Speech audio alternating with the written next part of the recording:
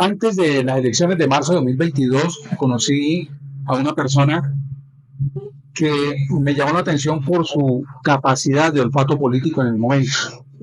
Se arriesgó a jugársela con una lista a la Cámara de Representantes por Santander con un solo candidato, del cual no se conocía ni su rostro ni su nombre. Luego ese personaje se convertiría casi que en el verdugo jurídico de esa elección a la cual llegó a impulsar. Hoy, sin testigos, vamos a conocer algo más de la vida de Edgar Millares y sus avanzadas ideas en el progresismo.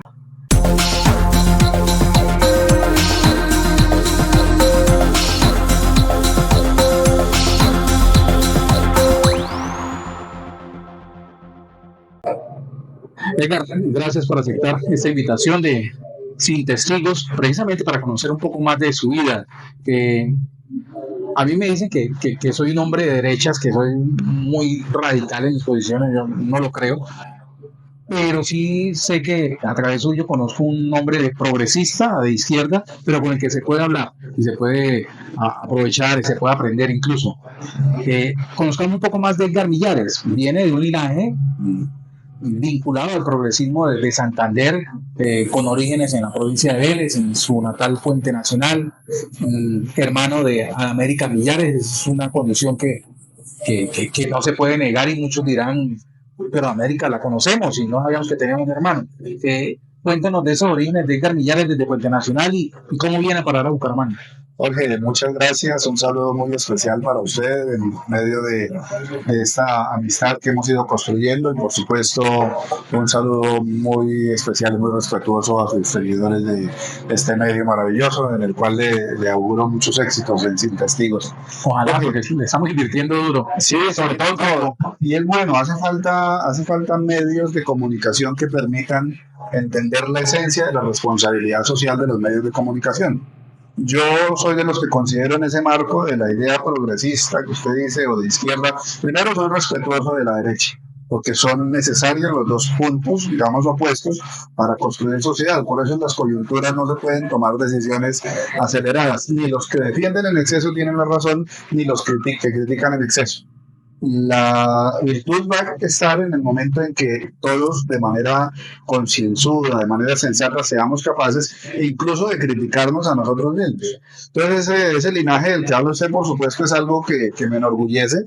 Soy hermano de América Millares, pero soy hijo de mis padres, antes hermano de América, Campolías Millares, Ercilia Escamilla, fallecida cuando yo tenía 10 años, y pues eso marca la vida, ¿no? Y ya después todo el proceso de aquella lucha revolucionaria que afectó a mucha gente, que otra gente la vivió con orgullo y compasión, que es muy diferente a lo que hay hoy, pero que indiscutiblemente construyó formas de comportamiento y formas de pensamiento.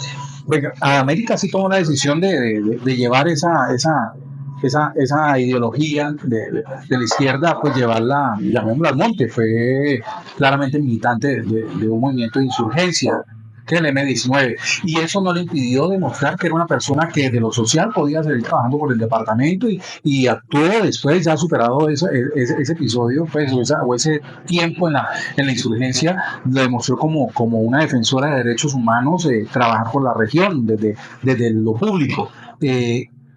¿Usted se sintió también atraído por esa lucha?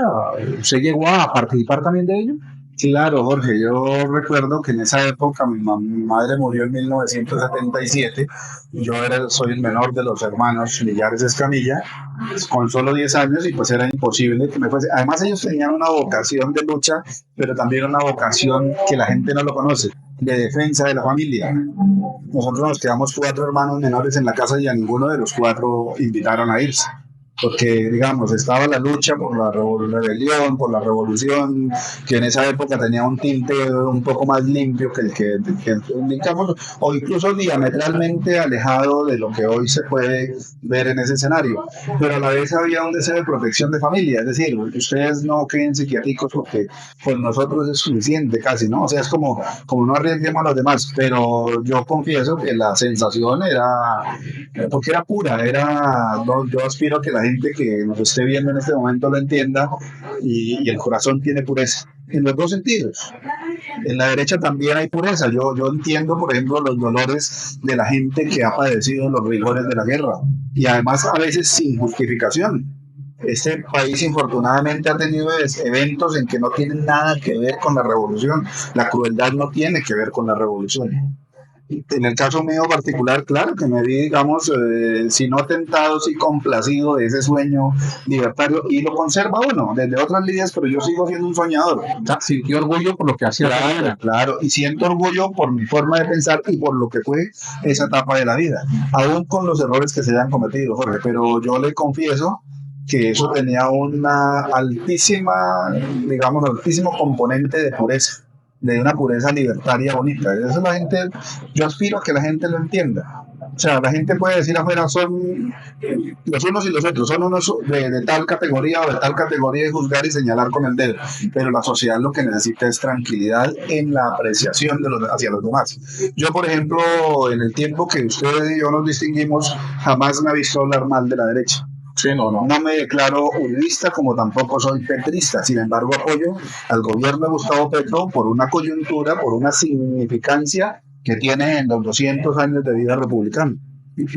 No comparto las críticas acérrimas ni los favorecimientos acérrimos. La sociedad necesita lealtades, la sociedad necesita, como decía Jorge Eliezer Gaitán, reestructurar moralmente la sociedad, el país. Ahora que toca estos dos nombres importantes para la vida nacional, Colombia dejó atrás el bipartidismo, el del conservatismo y los liberales, se abrió en los 90 a una gama de opciones cuando se acabó atrás el bipartidismo, pero caímos ahora en la polarización de Uribe y Petro, o sea, volvimos a ser bipartidistas. Sí, pero esa es una labor que los medios, desafortunadamente los medios de comunicación, yo creería que se ha dejado ir de lado un poco la responsabilidad social en la comunicación social, en el derecho a la libertad de expresión. O sea, yo cuando veo algún medio de comunicación, digamos, uno tiene que tener claro tres escenarios. O yo soy activista, o soy comunicador, o soy militante. Pero el comunicador tiene que ser puro, imparcial, incluso en la crítica, concienzudo, sesudo, ¿sí? Sensato. No está bien que los comunicadores sociales hagan la crítica como, sí, primero sin estudio, segundo sin sustento y tercero de manera muy, ¿cómo se diría? Muy folclórica, como muy tribal, como que esto no pasa nada de lo que decimos. Ahí hay un error gruesísimo en el manejo de los medios de comunicación, Jorge, y es que en el marco de la ley 115, que es la Ley General de Educación, esto que usted y yo estamos haciendo es educación para nosotros, en la medida en que sustraemos enseñanzas, pero para las personas que nos están viendo. Por eso la responsabilidad tiene que estar. Sí, tiene que estar. Entonces yo no comparto, por ejemplo, la sociedad no puede debatirse hoy en día entre petrismo y uribismo. El país es mucho más amplio. Y los conceptos, las palabras hacen una mella o favorecen el desarrollo de la sociedad o hacen una mella terrible. Y lo que vemos en Colombia es que han hecho una mella terrible históricamente.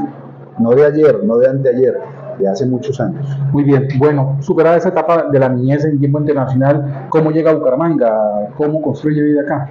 Jorge, yo llegué a Bucaramanga en 1997 porque fruto de esa pasión de los 80, yo recuerdo que por ahí en el año 82 fue cuando empecé a salir a pintar camisetas. En esa época era Gerardo Molina el candidato contrario como a Belisario Betancur, creo, o Alfonso López, no, Belisario, tal vez. Y luego en el 97 yo estaba viviendo en Bogotá, en el 97 me desplazo a Bucaramanga, me desplazo no para no utilizar ese término, sino me traslado a Bucaramanga con una finalidad política, de entrar en la política, digamos, como activista, pero dentro del mismo marco del sueño construido en familia, y es el que conserva uno en mis actuaciones. Muy bien, hablemos un poco de lo que decía al inicio de esta sesión, lo que tiene que ver con el hombre de izquierda que ha dado unos duros golpes jurídicos, casualmente, a personajes de la misma izquierda. Usted fue quien elevó la denuncia de pérdida, de la demanda de pérdida de nulidad electoral de el entonces senador Alexander López, ¿sí? Maya, sí, señor. Quien es parte de la línea izquierda del país. También es autor de la solicitud de nulidad de elección o pérdida de investidura de la hoy congresista Marián Perdomo, que fue una campaña que usted empezó, usted impulsó, usted se la jugó a mantenerla ella ahí en el listado cuando los demás candidatos abandonaron la lista para irse a una aventura, ¿sí? sin destino, ¿sí? Y lograron esa elección de curul. O sea, usted ha dado golpes jurídicos a la izquierda, a su propia línea política. ¿Eso no lo convierte como en un traidor, en un paria de la ideología? Jorge, no, yo no diría golpes jurídicos por lo siguiente. En eso yo podría evocar al maestro Carlos Gaviria en algo que en alguna entrevista que le hace un medio de comunicación escrito, él se autodenomina radical y dice, sí, yo soy radical en la defensa del Estado de Derecho, en la defensa del Estado Social de Derecho. Y yo, por supuesto, Edgar Millares, digamos, entendiendo la dimensión del maestro Gaviria, ni más faltaba de tratar uno de compararse, pero sí siguiendo esa línea, yo soy fiel defensor del Estado de Derecho. Me gusta la justicia, soy soñador con la justicia, eso fui desde pequeño y eso soy aún. Entonces, esos debates jurídicos a los que usted se refiere, que faltó mencionar, digamos, las 6 defensas que se hicieron de la parlamentaria del Pacto Histórico ante el Consejo de Estado, que fueron las 6 demandas que se presentaron en contra de la elección de la parlamentaria del Pacto Histórico. Digamos, ahí hay un devenir histórico, y en el caso, digamos, se hicieron las 6 defensas de la elección de Marián Perdomo, de la representante de la Cámara por Santander. Dentro de esa defensa, como lo que se trataba era de defender la doble militancia, sí o no, pues es como todo, es como cuando usted tiene que probar si está dentro o está afuera con un amigo, pues si no está dentro, está afuera, digamos, se excluyen, son excluyentes. Entonces, ¿qué buscamos nosotros? Tenemos que hacer 6 defensas ante el Consejo de Estado, pero otra estrategia de defensa era, si consideramos que la elección de nosotros está bien, la de alguien tuvo que haber estado mal porque obró diferente, y la justicia terminó demostrándolo. El Consejo de Estado en 6 demandas terminó diciendo que la elección de Marián Perdomo estaba bien de acuerdo a la reglamentación y el régimen constitucional y legal. Y consecuencia de ello, la elección del doctor Alexander López, con quien yo no tengo nada en contra, pero era parte, digamos, de un trabajo específico profesional que se hacía en la oficina, terminaba siendo la muestra fehaciente de que había incurrido en una falta que finalmente terminó con la nulidad de su elección. Ahora, ya refiriéndonos a lo que está en curso ahorita en el Consejo de Estado y que estamos pendientes de la sentencia, que es una demanda de pérdida de investidura, pues es un tema digamos, el Estado de Derecho funciona para todos. Yo, si usted no me pregunta, yo soy soñador, pues obviamente por mi formación soy más de izquierda que de derecha, digamos. Sin embargo, no polarizo, entiendo los dos extremos. Pero en ese sentido yo tengo absolutamente algo claro, que como lo mencionaba, refiriéndome al doctor Carlos Gaviria, a mí me gusta el Estado de Derecho, a mí me gusta la justicia, y la justicia aplica para todos. Hoy yo, con tranquilidad, sin ser efusivo, sin ser amarillista, creo que, por ejemplo, un alto número de parlamentarios, bueno, los de unos sectores, los tradicionales, es obvio que tienen críticas porque el país nunca ha cambiado. Claro. Pero de los nuevos que llegaron y que representaban esa propuesta nueva de cambio, hay muchos a los que hay que hacerle reparo.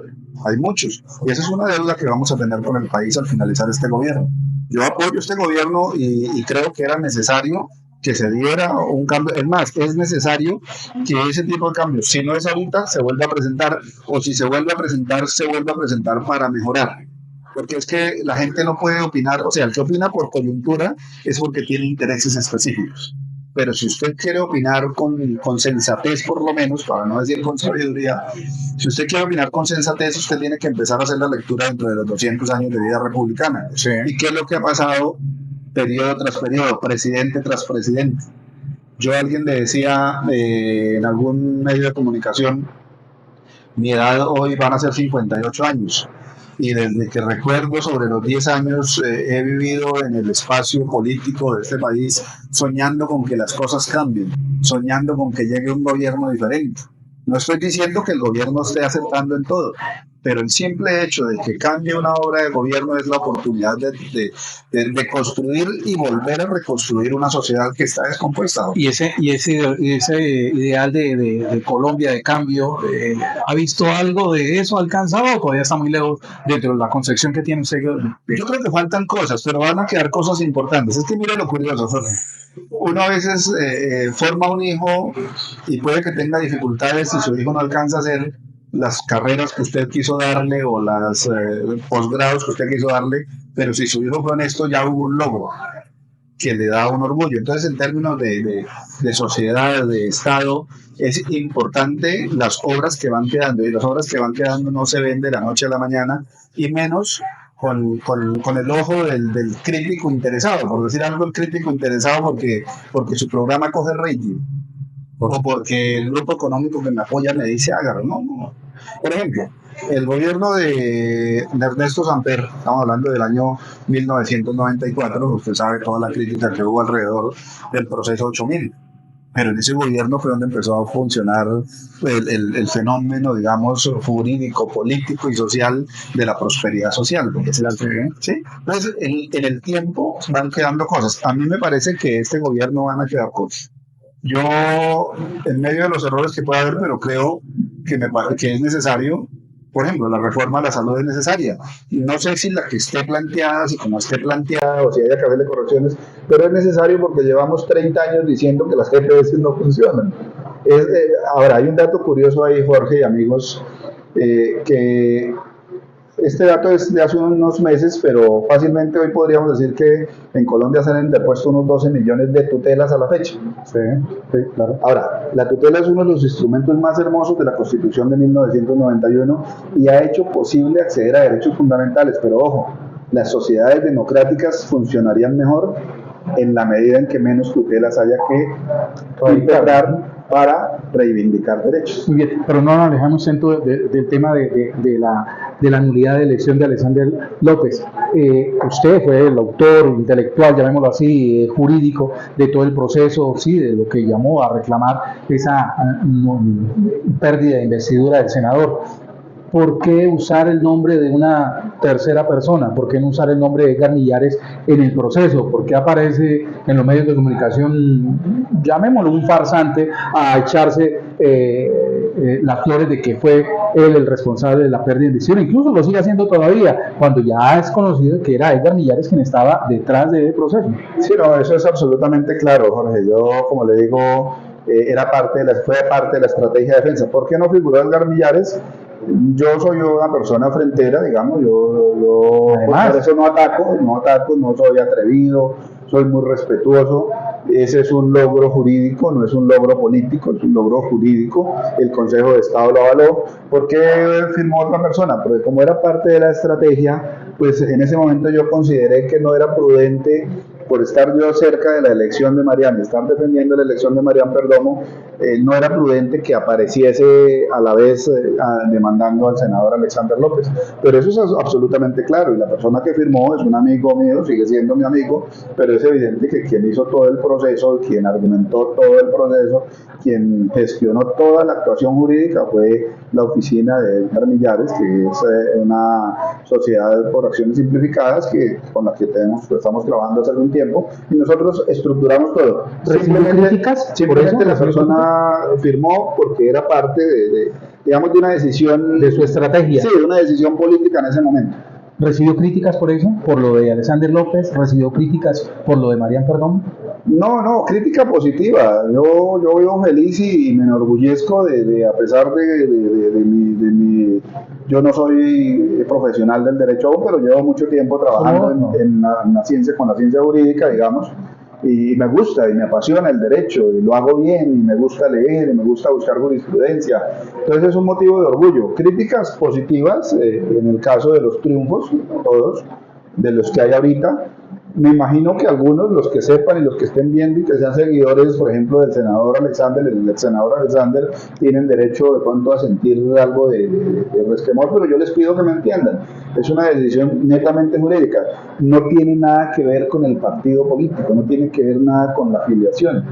pero tampoco, digamos, yo no comparto la idea de que si mi jefe político se equivoca yo no le pueda decir nada. De hecho, no tengo jefes, digamos. Adicional a los procesos de pérdida de investidura del senador Alexander López, adicional al de pérdida de investidura de la representante Marian Perdomo, usted también ha participado como autor dentro de las solicitudes de nulidad de elección del alcalde de Piedecuesta, su municipio, de Óscar Santos, quien hoy está a la espera de una segunda instancia en el Consejo de Estado. Igualmente demandó la nulidad de elección del alcalde de Bucaramanga, Jaime Andrés Beltrán. Usted también es protagonista ahí. Usted es el estudiante de Derecho con más procesos jurídicos que ha avanzado y procesos jurídicos bastante importantes.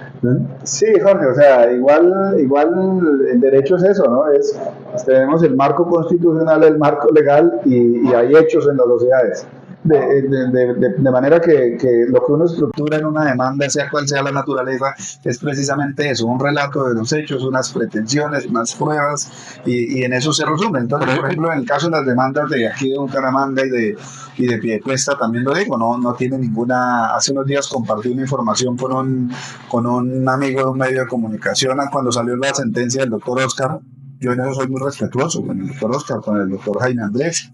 Y cuando salió la sentencia, compartí con un amigo del medio de comunicación la información y después terminó haciendo un paralelo con algo que no iba al caso. O sea, yo, digamos, mi familia no tiene nada que ver, o quien haya pertenecido a mi familia, no, es Edgar Villares y yo lo hago.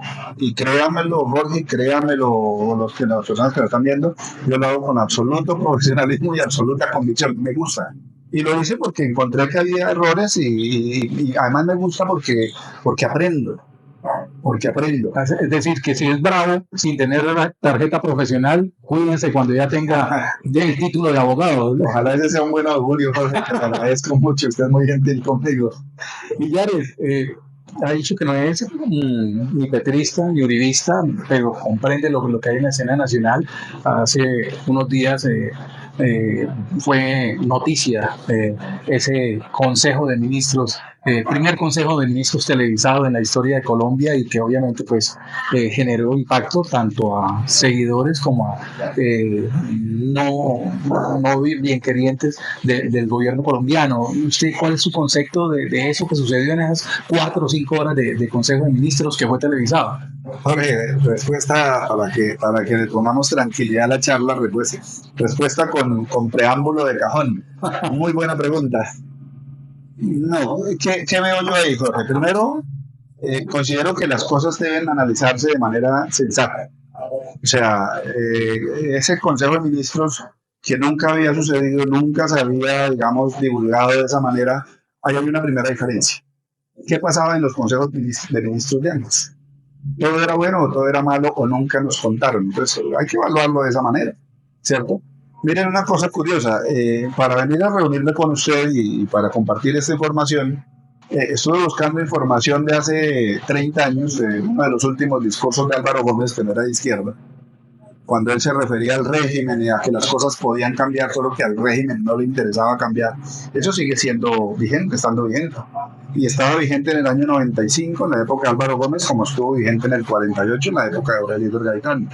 Y hoy sigue vigente. Entonces, mire esta lectura bonita de Álvaro Gómez, de esas palabras que dice en uno de sus últimos discursos. Dice, comillas, el régimen necesita que la política sea sucia, porque es la manera de conseguir la amplia gama de complicidades que se necesita para mantener su predominio. Entonces, detrás de los gobiernos, sea gobierno nacional con su equipo de ministros, sea gobierno departamental con gobernador y diputados, gobierno municipal, alcalde y concejales, se hacen allá consejo de ministros. En el departamento, si no consejo, pero sí se hacen reuniones. Y en los consejos municipales también se hacen reuniones. Y yo pregunto, ¿son públicas? ¿Alguien sabe qué se debate en el consejo municipal de cualquiera de los territorios de nuestro país, que se debate a las 12 de la noche o a la 1 de la madrugada? ¿Son asuntos de política pública o son negocios? Entonces mire que lo que pasó en ese Consejo de Ministros hay que verlo claro, hacer la crítica sesuda, sensata de los errores que se puedan haber cometido, pero también hay que valorar la posibilidad de poner al país en conocimiento de lo que sucede en un Consejo de Ministros, con la posibilidad de que las personas digan lo que quieren decir. A mí me parece que tiene esos dos matices. Digamos, no comparto, por ejemplo, la fiesta que hacen los críticos en el sentido de que es un circo. Mire, una cosa que me parece excesivamente carente de profesionalismo, de sensatez y de profesionalismo, digamos, de sensatez sobre todo. Que comparen, por ejemplo, ese Consejo de Ministros con un reality de los que los canales de televisión nos venden cada 8 días. O sea, eso no tiene sentido. Diametralmente, años luz, no estamos hablando de eso. Uno no puede convertir un espacio que es un espacio de gobierno acertado o desacertado. Pero es parte de la formación cultural del colombiano, sí, o sea, sí, buscarle, sí, puede ser un error, claro, pero tampoco nos puede quitarle la alegría al colombiano. No, claro, pero es que pero ojo, Jorge, ojo lo que le digo, porque es que esa alegría, digamos, una cosa es que yo comparta esa alegría en mi casa, que son mis hijos y somos la familia, pero otra cosa es que yo lo comparta libremente ante 1 o 2 millones de personas, o 500.000 personas. Recuerde que los fenómenos sociales se dan así. Muchas personas creen que la guerrilla de antes o la de ahora es el único camino y es buena aún cometiendo errores. Pero hay otros sectores que creen que el paramilitarismo es bueno porque tienen cercanía. Y ninguno de los dos extremos es bueno, Jorge. Ese entusiasmo que tenía el niño de seguir los pasos de su hermana se mantiene todavía. Hay un momento que me voy a... No, porque la sociedad ha cambiado, Jorge, y la sociedad ha cambiado para bien. La Constitución del 91 es un excelente, digamos, un marco de derechos que le ha permitido a los colombianos trasegar un camino diferente, pero falta mucho por recorrer. ¿Creen en la perpetuidad del poder de los personajes, de los líderes? No, yo en eso soy gaitanista, el pueblo es superior a sus dirigentes. De hecho, considero que, por ejemplo, los fenómenos reeleccionistas no son válidos en una democracia respetable. Ahora, el problema, hoy qué pasa en Colombia, Jorge, y la gente no lo ve de esa manera, pero es cierto, hay grupos de presión, antes eran los grupos económicos, ahora cualquier medio de comunicación, los grupos económicos no es, digamos, porque es que usted, si es grupo económico, usted tiene dinero, usted tiene 1, 2 o 3 medios de comunicación, o medios escritos, o emisoras, o canales de televisión, y afortunadamente ahora las redes sociales han logrado que digamos se expanda mucho más la posibilidad de tener información. Sin embargo, se ha generado un efecto muy nocivo, porque se dice todo lo que se quiere sin sentido a veces, sin sensatez, todo el mundo sale y dice lo que quiere decir, y yo creo que en eso hay que volver al sendero de tener una cultura comunicacional respetuosa del Estado de Derecho, respetuosa de las diferencias. Es la mejor manera de construir una sociedad en la que no nos sigamos matando. Muy bien, pero sus anhelos no solamente están en el ejercicio del derecho, también está en el ejercicio de la política. Fue candidato a la alcaldía de Piedecuesta, consiguió un aval que tal vez las nuevas generaciones no conocen el antecedente histórico de ese aval que usted consiguió, y que obviamente es un partido normal, legal, que es el de... en la torre recuerdo el nombre de Esperanza, Paz y Libertad, así como se presentó finalmente ese movimiento político, que antes tenía también un origen de insurgente, y con otro significado en esas 3 letras que encabezan el nombre. Hoy tiene un nuevo nombre, usted lo utilizó para su aspiración política y piensa seguir en la arena política con ese retablo. Pero es que miren lo curioso, esa coyuntura política no tuvo nada que ver con la como con la ideología del proyecto político como tal, partiendo de 2 cosas, de que la realidad de 1991 es una realidad superada 30 años después. O sea, estamos hablando de un partido político igual que los demás. Ojo, con aciertos y desaciertos, incluso sin desaciertos, porque es que ha perdido la personalidad jurídica, digamos. Cuando a mí me dieron el aval, yo no me puse a pensar, maestre, pero esto representa las luchas revolucionarias de los años 70 y 80, no, es una expresión política a través de la cual, que además me sentí orgulloso, porque fue un grupo de personas que me dieron la confianza. Yo en ningún momento me senté con ellos a debatir acerca de Stalin o de Marx o de Lenin, no, en absoluto. Yo lo que quería hacer era una propuesta para los piedecuestanos, que fue fallida, pero me sentí orgulloso porque con los pocos recursos que hice, los votos quizá no fueron lo que yo hubiese deseado, pero pude contarle a la gente lo que yo quería contarle, y eso es valioso. Como piedecuestano que es, pues, allí tiene usted su base, ¿cómo ve este momento político para Piedecuesta? Tuvo un candidato presidencial, hace poco, hubo senador con ese mismo candidato presidencial que ganó la curul de la oposición, tiene representante a la Cámara, tiene senador, tiene diputado. Sí, pero sin embargo Piedecuesta al parecer no se ha dado cuenta de que tiene un muy buen escenario en lo político para grandes logros dentro de la región, e incluso para las próximas elecciones de 2026 al Congreso habrán candidatos oriundos de Piedecuesta también aspirando con mucha fuerza para tener curules en el Congreso. ¿Cuál sería el mensaje para los piedecuestanos frente a esos valores políticos que están ahí como desaprovechando? Profe, es que históricamente la política se ha ensuciado terriblemente. Sobre todo se ha ensuciado por un interés, digamos, económico, y hay un fenómeno de ocultismo y de artificismo y de clientelismo, digamos. Sí, entonces yo le ayudo, usted me ayuda y logramos resultados, y normalmente esos resultados, por ejemplo, es el erario público. Entonces yo hoy no veo políticos en Piedecuesta o en Santander con una proyección en ese sentido, digamos, que usted pueda verlo como una persona, digamos, muy centrada en el devenir de la política, en la esencia de la política, que es el mejoramiento de las condiciones de vida de la generalidad. No, al contrario, cada quien llega como los toreros con su cuadrilla y con sus banderilleros y todo, y miran qué hacen, y entonces es un acuerdo de complicidades que hay en la política.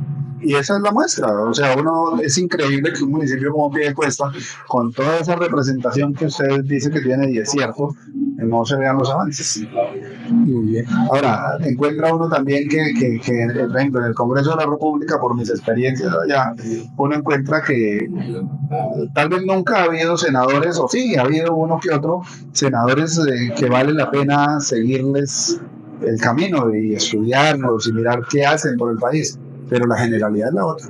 La generalidad es el cambio de vida particular de quizá trabajar por un salario mínimo, 2 o 3 salarios mínimos, a recibir un promedio cercano más, manejar más de 100 salarios mínimos al mes, y eso cambia la vida de cualquiera que sea débil de principios, digamos. Y la muestra es esa. Para terminar, estamos a la espera de ese fallo de segunda instancia del Consejo de Estado, tanto para el alcalde de Piedecuesta como para el alcalde de Bucaramanga.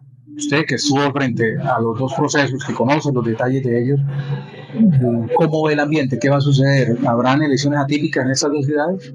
Yo creería que es altamente probable, Jorge. Sobre todo en el caso de Bucaramanga me parece que hay mayor probabilidad. ¿Por qué?